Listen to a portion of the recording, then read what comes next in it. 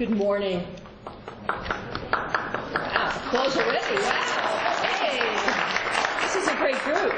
I'm Lynn Bassanese, and I am the very proud director of the Franklin D. Roosevelt Presidential Library and Museum, and it's my pleasure to welcome you all to the launch of Franklin. Whether you are a lover of history, a student working on a school project, or a scholar, Franklin allows you to keyboard search for archival documents and photographs, and to search, browse, and view whole files, just as you could if you came to the library's research room in person. Now available online are some of the most important documents of the 20th century. Primary source documentation of Franklin and Eleanor Roosevelt's experiences leading the nation through the Great Depression and World War II. Franklin launches today with 350,000 pages of archival documents and 2,000 historical photographs. Franklin is the result of a very special cooperative effort, a unique combination of public, nonprofit, education, and corporate support. The Roosevelt Library and its parent agency, the National Archives, worked with nonprofit partner, the Roosevelt Institute, to digitize a large amount of microfilmed archival documents. The library's digital partner and web host, Marist College, then developed and implemented Franklin's underlying database infrastructure. Marist runs the system using powerful servers manufactured by Marist and Roosevelt Library corporate partner, IBM. In addition to our partners, we had invaluable assistance with our microfilm conversion from the Crowley Company in Frederick, Maryland, who's represented here today by Megan Wyatt, and amazing creative and design assistance from Ashworth Creative in Poughkeepsie. Their creative team of Isaac Ashworth and Tim Heimbender are here this morning as well, and we thank them for being part of this wonderful project. In a 1942 letter to the President of the Society of American Archivists, FDR encouraged the duplication of records by modern processes like the microfilm, so that if in any part of the country original archives are destroyed, a record of them will exist in some other place. Well, through the years, the FDR Library wisely followed FDR's advice and microfilmed large sections of our collections. And because of this microfilm, we were able to digitize much quicker and make available this major group of papers today. And don't worry, we still have lots of microfilm left to go. Our generous partners are ready and willing, and we expect to be adding to Franklin in this way for many years to come. And if I may just add a personal aside, as the library director, I'm very proud to be part of this amazing team who worked so hard to give birth to Franklin. But I also take a great deal of pride in knowing that 40 years ago, I was working here at the FDR Library as an office machine operator. And one of my jobs was to microfilm our collections. And it gives me the greatest joy today to see that some of the microfilm I created 40 years ago is digitized and available to hundreds of thousands of users around the world. I must tell you, at the time, microfilming was a really boring job, and I really disliked it, but I'm certainly glad that I stuck with it and see the fruits of my labor today. It now gives me great pleasure to introduce our partners and ask them to say a few words. Deborah Wall has been the Deputy Archivist of the United States since 2011. She's been with the National Archives for over 20 years and served in a variety of positions, including Chief of Staff and Director of the Life Cycle Coordination Staff. She is passionate about putting customers and stakeholders at the center of everything the National Archives does. She was instrumental in starting the Archives digitization initiative called ARC, and she is a tireless advocate for innovation and staff engagement at the National Archives.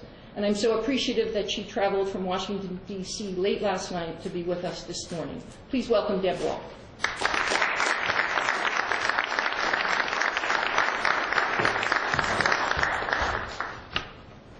Thank you, Lynn. 40 years?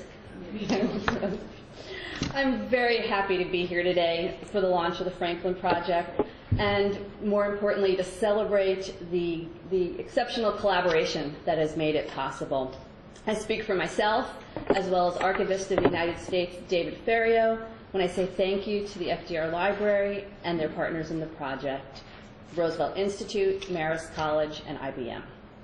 At the National Archives, everything we do leads to one thing: making the records of our government available to the public. And today, availability and access means online access. Times have changed, and we've changed with them. What was once an unfathomable idea to us is now a key goal of our new strategic plan: digitize all of our holdings. The boldness of that goal becomes evident when I tell you that in the whole National Archives we have 12 billion pieces of paper in our permanent collection. As Franklin Roosevelt recognized when he established the National Archives and this library, records are the cornerstone of a democracy.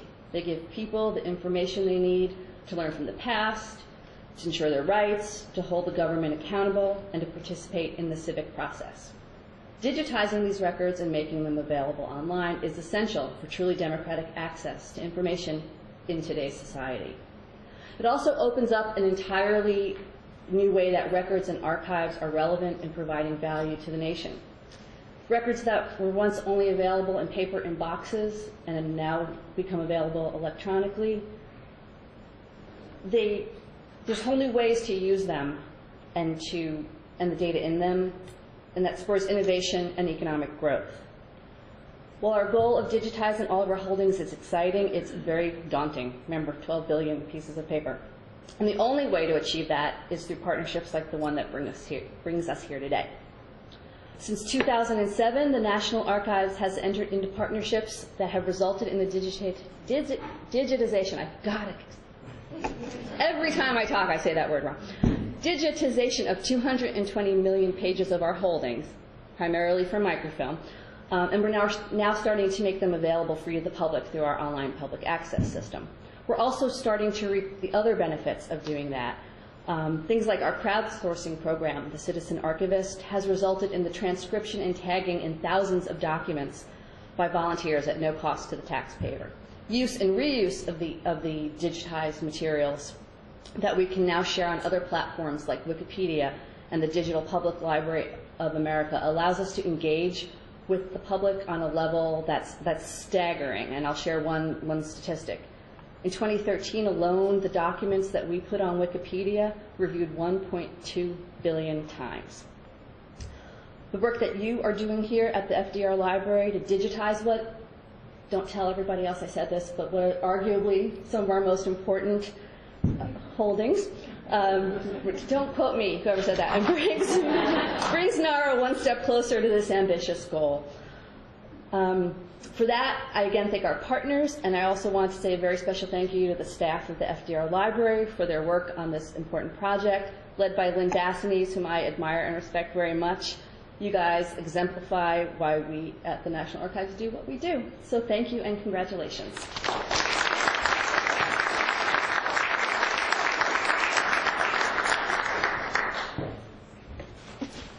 Our next partner needs no introduction to this audience. Dr. Dennis Murray has been president of Marist College since 1979. Under his leadership, Marist has enjoyed an exceptional period of growth and change. The campus has tripled in size, enrollments have more than quadrupled, and Marist is increasingly recognized as national leader in higher education. Dennis also serves on a number of community boards. He heads Governor Cuomo's Mid-Hudson Regional Economic Development Council, and he's on the board of directors of the Franklin and Eleanor Roosevelt Institute. He has been a tireless advocate for the Roosevelt Library, partnering with us as early as the 1990s to digitize our collections and make our materials more accessible. He and his amazingly talented staff have been an integral part of Franklin's creation, and we would not be here today without their expertise and their generosity. And I must add that I am a very proud Marist graduate, and Dennis has been a wonderful friend, supporter, and mentor to me. I'm so pleased that he's here with us this morning. Please welcome Dennis.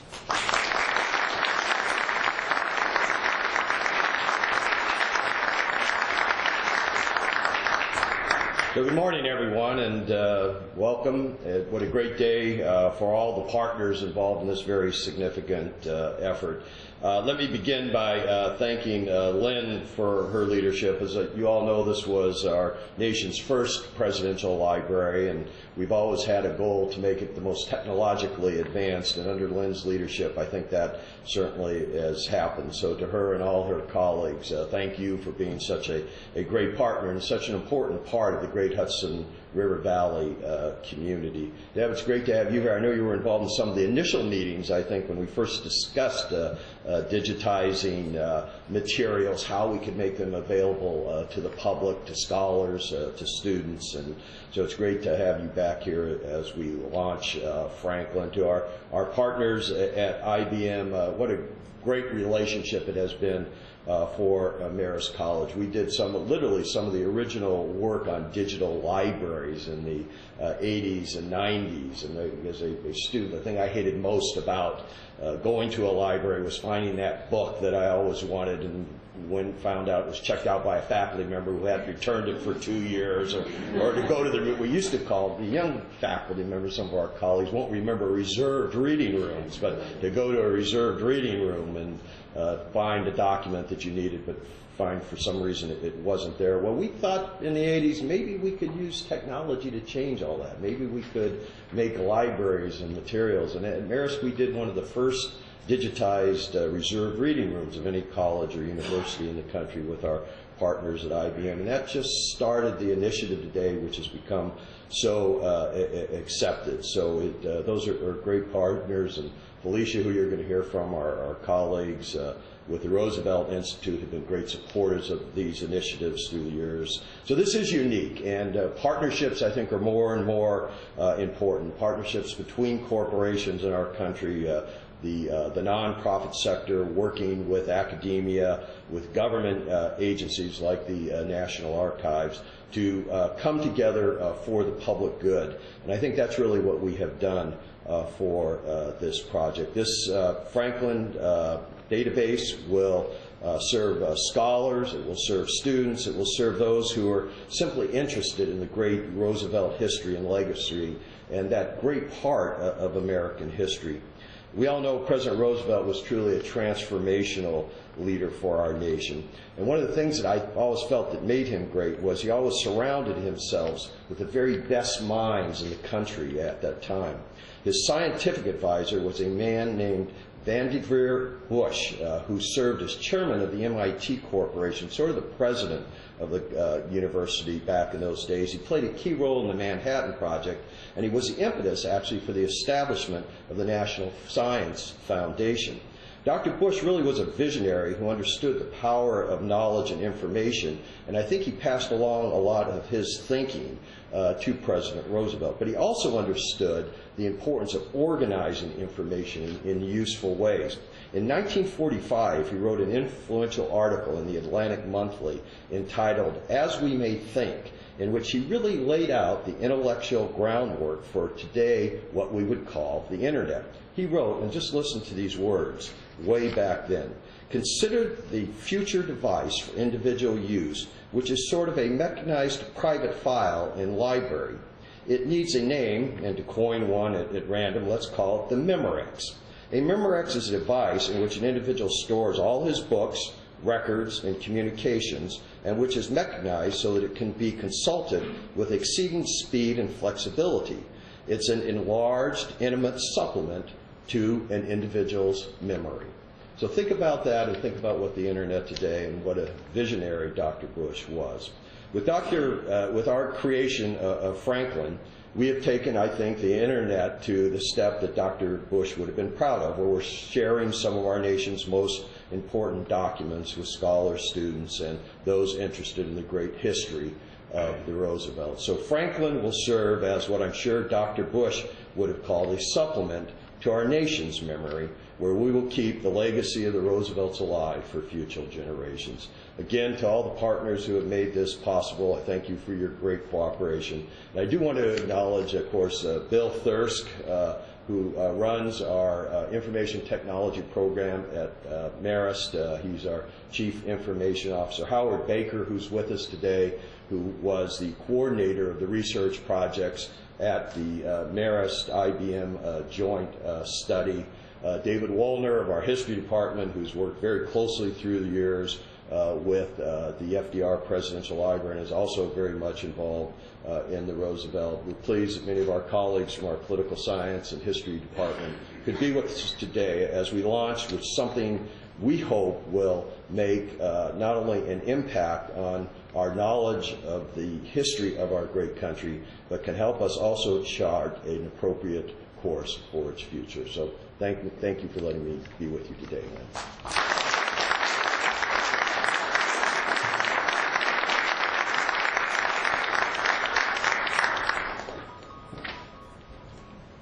And yet another partner that needs no introduction from me. Sheila Pell's official IBM title is U.S. Regional Manager, Corporate Citizenship and Corporate Affairs. But everyone in the Hudson Valley knows her as Sheila, the amazing woman who helps everyone, attends every event, and gives corporations a good name. Sheila has been with IBM since 1977, won more awards than she can count, and has a passion and a commitment to her company and her community. I'm so pleased that she is with us today to represent IBM. Sheila.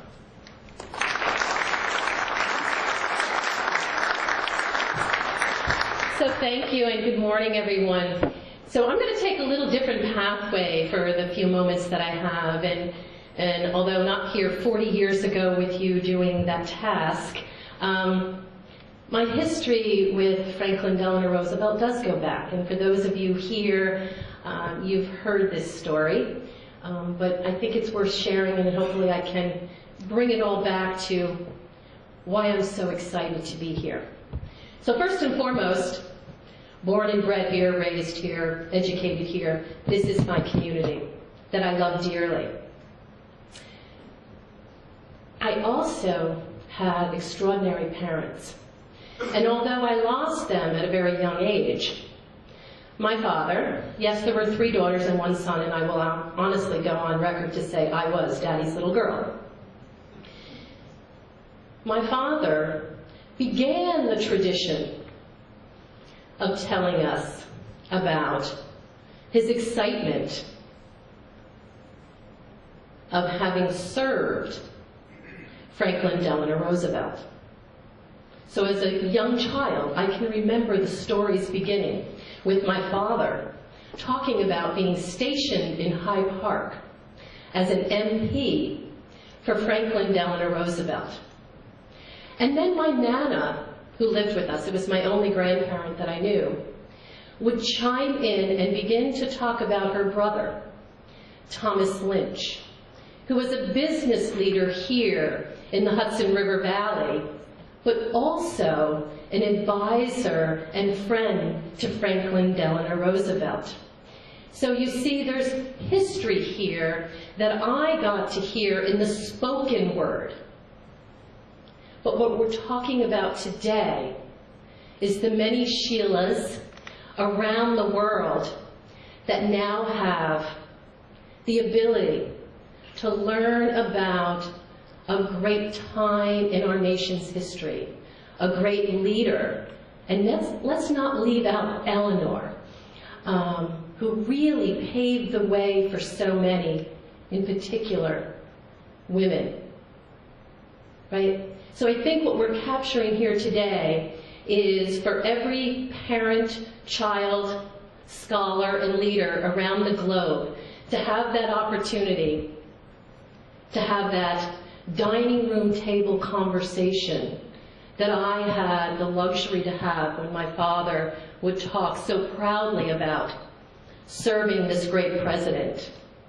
And by the way, meeting my wonderful mother, who I stationed here.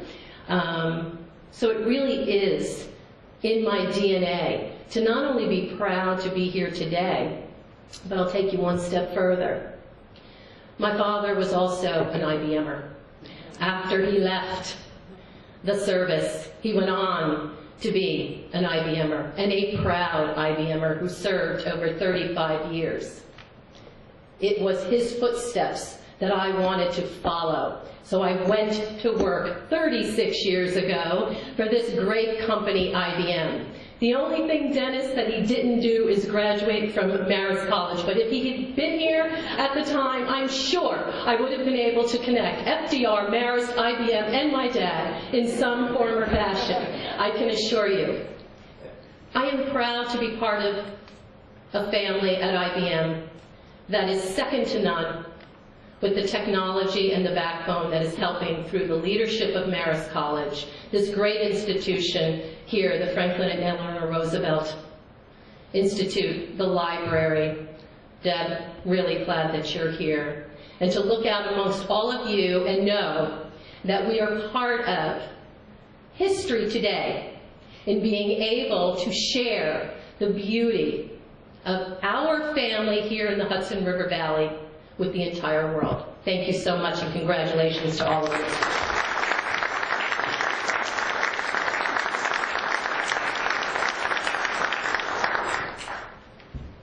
And our last partner, but certainly not our least, is the Franklin and Eleanor Roosevelt Institute, represented today by its dynamic president and CEO, Felicia Wong.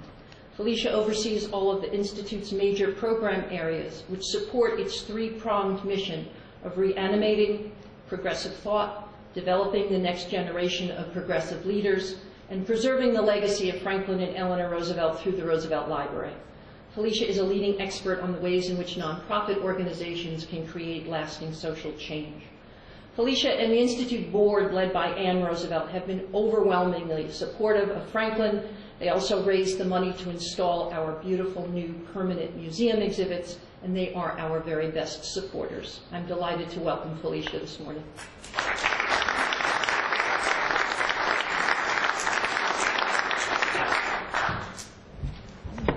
Good morning. Thanks, Lynn. It's great to be here. I'm Felicia Wong, and I would really like to thank, of course, the wonderful Lynn Bassanese and all of the partners here today for making this remarkable launch possible. It is really fun to be at a government, nonprofit, private partnership event. I think we are going to demonstrate today that a government website actually can serve the public good. And actually to demonstrate that these kinds of partnerships are really the cornerstones of economic and social innovation, which is so critical to our future. Let me say just a word about the Roosevelt Institute. We are a leadership and ideas organization charged with reimagining the legacy of Franklin and Eleanor Roosevelt for the 21st century. It's really great to see so many of our leaders here today. Of course, Lynn, Dennis Murray, but also Ray LaMontagne, Fritzie Goodman, David Woolner, Giorgio Ziola, who all in various ways play leadership roles, whether on our library trustees, on our board of directors, on our staff, as our fellows. This is the kind of group of people we bring together to support the Roosevelt legacy. So the Roosevelt Institute, in addition to supporting the library, has two major program areas. We run an economic and social policy think tank with known public intellectuals who are working to promote a new deal for the 21st century. And we also run the nation's largest student policy organization. We have 10,000 students working in 35 states across the country on over actually 125 chapters now to become policy thinkers, policy advocates, and policy actors. And it's really terrific that every summer those students gather here in this room for their annual summit to plan what their year is going to look like. So we are literally bringing the Roosevelt legacy to a new generation of Americans. Of course, our foundation is the Roosevelt Library. Thinkers and scholars and aspiring politicians need a home. They need a mothership, as Lynn would say. A brain trust needs a place to gather. And Lynn and her team do a terrific job of providing that for all of us.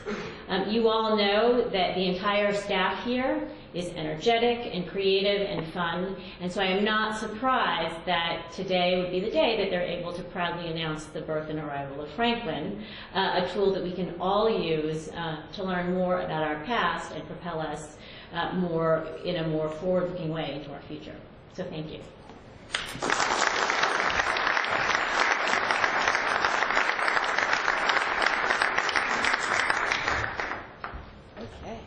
Now, the moment we've all been waiting for to get that first glimpse of our new baby Franklin. To make it official, let's cut the ribbon. Cut the ribbon? And there he is. Almost. There he is. Okay. The simple goal of Franklin is to make digitally accessible the most historical material to the broadest user population in the most practical and user-friendly way possible. A simple task. You've met our partners who have worked so hard with us to achieve this goal, and before we see the fruits of their labor, I just want to thank the Roosevelt Library staff for their hard work, enthusiasm, and can-do attitude.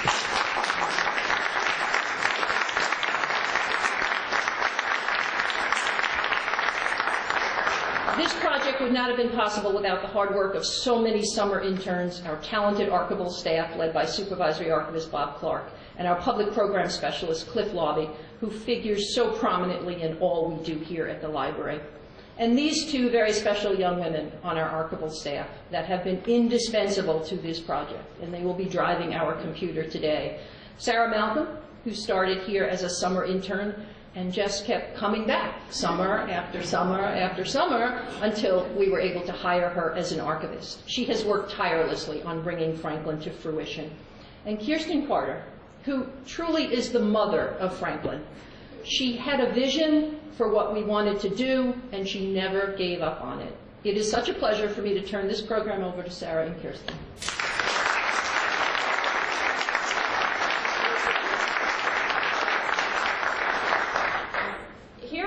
Home screen, you can start to explore our digital collections.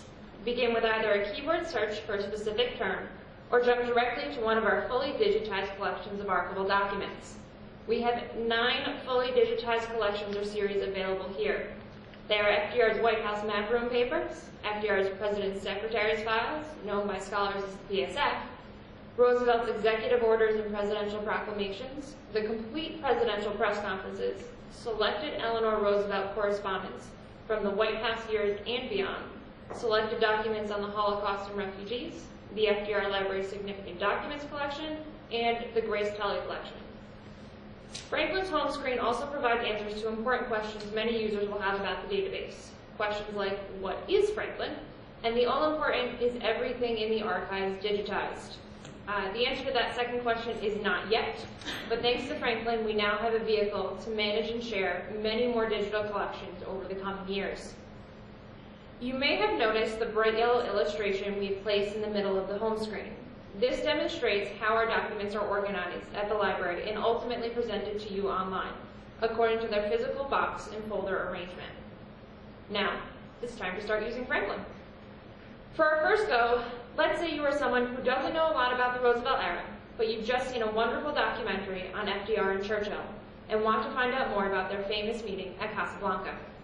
You come to Franklin and begin by entering the search term Casablanca.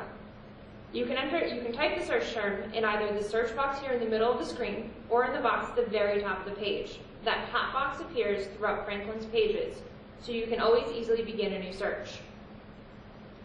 When you run a search in Franklin, you get results from across our digital collections, both documents and photographs, as you can see here.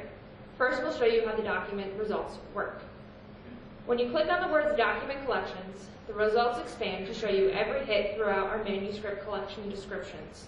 First on the list are results from the digitized collections, those whose contents are fully available to view online.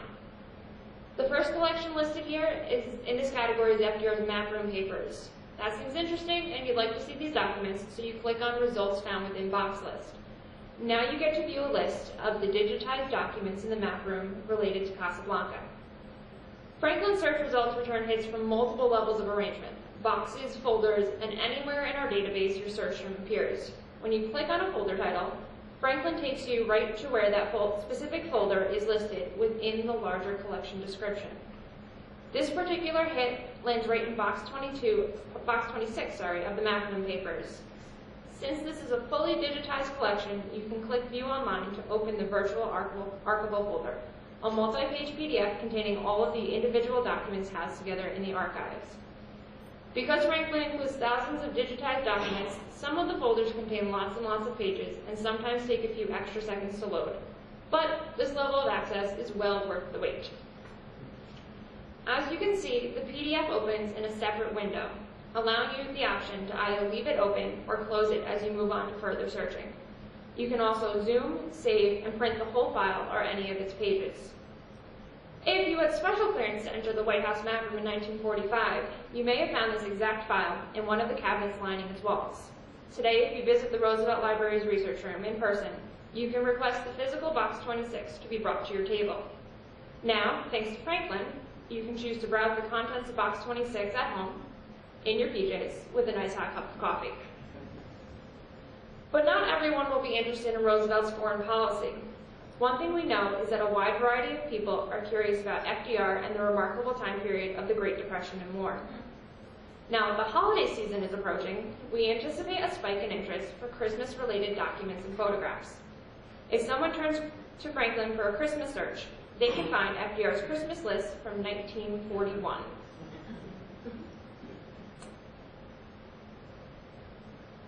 That year, FDR gave out 75 bound copies of his presidential campaign speeches.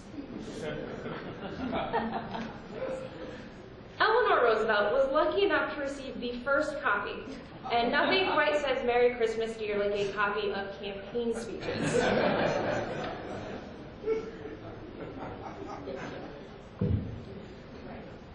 Franklin is also an invaluable tool for those conducting scholarly research on the Roosevelt era. Here on the Document Collections page, you will again see the list of fully digitized collections, but also an alphabetical list of finding aid descriptions for materials both digitized and not. Now, let's say you are a scholar. You are conducting research for your dissertation on the role women played in shaping the New Deal. Your first chapter will focus on Frances Perkins's contribution to the Labor Department and Social Security, but you're not sure how to begin to access the archives. You aren't able to travel to Hyde Park right away, but want to see what's available at the library. You start your search in Franklin with Frances Perkins.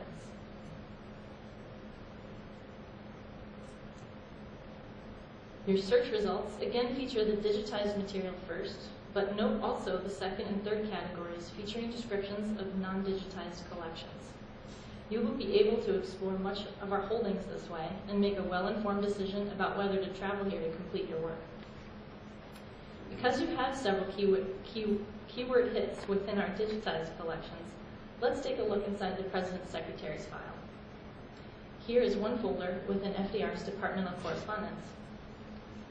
When you click on the folder title, you are again brought directly to where this material falls within the larger collection.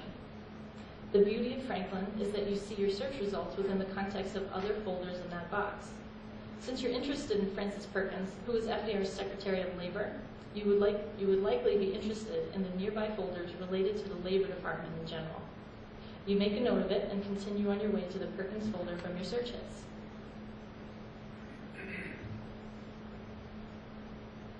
This file contains 58 pages of documents. Say you're particularly interested in finding Frances Perkins' political advice to FDR. Because Franklin uses text recognition, you can conduct keyword searches within the file. Go to the left-hand side of the screen and click New Search. Type political, and the document reader will search for that text within the documents themselves. Our first hit for political shows us a document in which Frances Perkins advised FDR to retain a personal political scientist to help him analyze information and draft policy. You're delighted because this document fits right into the scope of your project and will provide some great quotes to frame your opening argument for Chapter 1. In addition to thousands of newly digitized documents, Franklin hosts about 2,000 public domain photographs of FDR, Eleanor Roosevelt, and topics like the Great Depression, the New Deal, and World War II. If you would like to search or browse these photographs specifically, you can click on the Photographs tab. The page allows you to both browse photographs by subject and to start searching the images by keyword. Now, let's say you are a high school student and your grandfather was part of the Civilian Conservation Corps.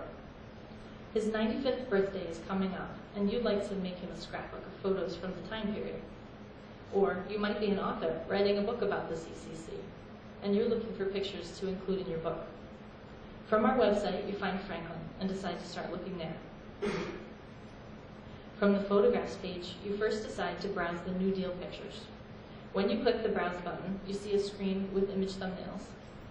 Hover over images to see a larger preview, and then click on any image you'd like to learn more about. Here you get to read a full caption for the photo, download a larger size directly to your computer, or contact the archives to request a high-resolution scan. You can also share the photo directly to Facebook or Twitter. Going back to the photographs page, you can also enter your keywords in the search box to locate more specific CCC-related images. If you search CCC, Franklin brings you directly to a gallery displaying your results, where you can click on an image to view its details. Hopefully you would find plenty of materials here for your project, but if not, there are many links throughout Franklin encouraging you to contact the archives for more information. Franklin is a major part of our library's ongoing ambitious digitization program, and we know you'll find it useful and engaging. We look forward to posting even more documents, photographs, and collection descriptions in the future, enhancing the world's ability to access such remarkable documentation of our shared history. Thank you very much for allowing us to walk you through some of Franklin's features. And if you have any questions about the site, the library staff will be manning the various digital stations around the room, where we hope you'll take Franklin for a spin soon after the presentation concludes. Thank you.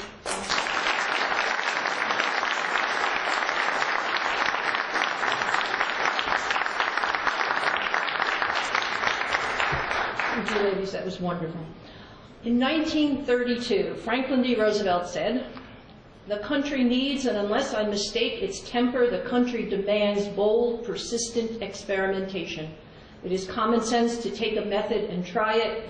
If it fails, admit it frankly and try another, but above all, try something." I assure you, ladies and gentlemen, the Roosevelt Library and our amazing partners will continue to be bold and persistent and to try new methods as we bring the rich resources of our archives to the world.